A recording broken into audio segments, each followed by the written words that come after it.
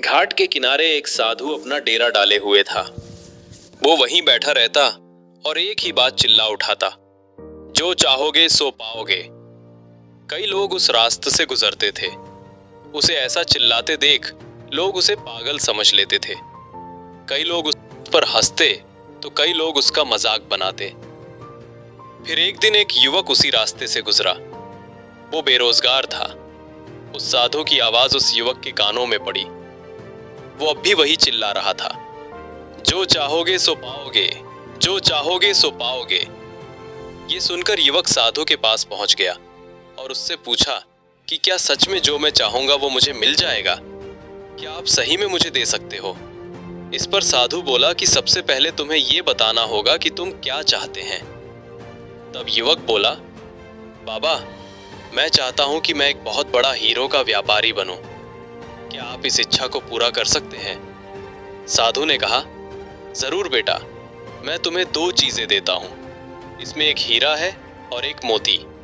इनसे तुम जितने चाहें हीरे मोती बना सकते हो।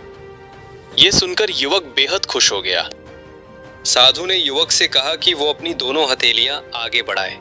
जैसा साधु ने कहा वैसा ही युवक ने किया। साधु ने युवक की पहली हथेली पर अपना हाथ रखा, फिर कहा कि ये सबसे अनमोल हीरा है।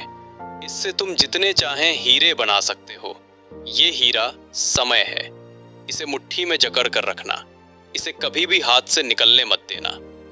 फिर साधु ने युवक की दूसरी हथेली पर मोती रखा और कहा कि अगर किसी भी काम में समय लग रहा हो तो इस मोती को धारण कर लेना। ये मोती धैर्य है। इससे तुम जो चाहो वो हासिल कर पाओगे। साधु की बातें सुन युवक ने धन्यवाद किया और वहां से चल दिया। साधु से उसे 2 गुरु मंत्र मिलते।